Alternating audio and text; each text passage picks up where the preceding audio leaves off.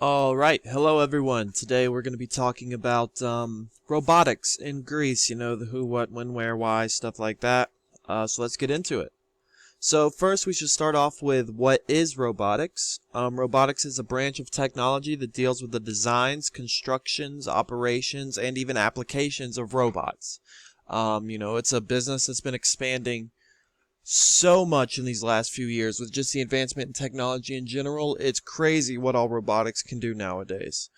They have multiple applications in the real world, things that include, business, things that include personal life. All of that is under the umbrella.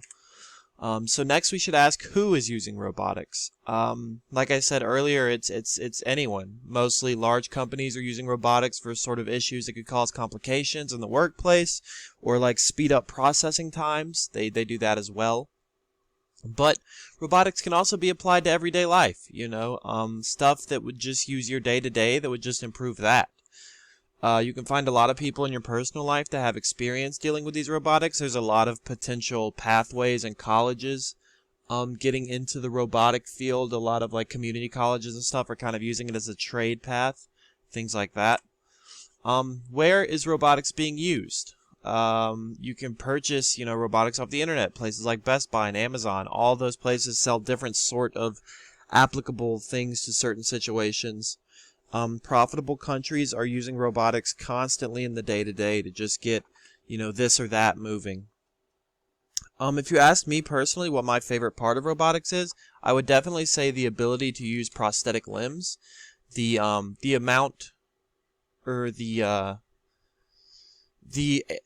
way that prosthetics have been able to advance in these last few years are crazy, where they're just as usable as human arms now, a lot of advances towards that. So next we should focus on a singular company and why they use robotics. I'm going to choose Amazon as it is the largest company in the world. So the strength for robotics, the expansive uses, things like package delivery, things like assembly lines, robotics are able to easily use there. The weaknesses, robotics are expensive. If you assemble a whole assembly line of just robots to package items and ship them out, that's going to be expensive to maintain.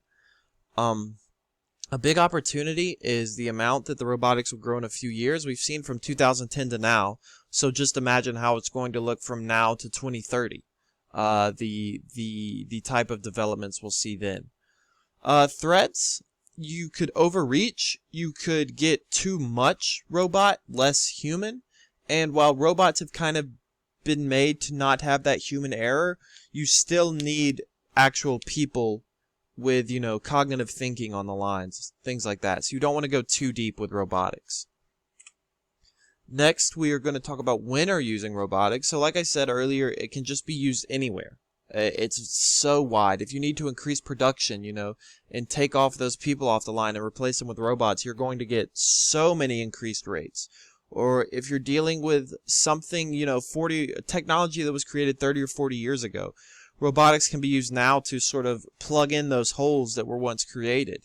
It's incredible. So how would I apply it to my favorite country? I would choose Greek again.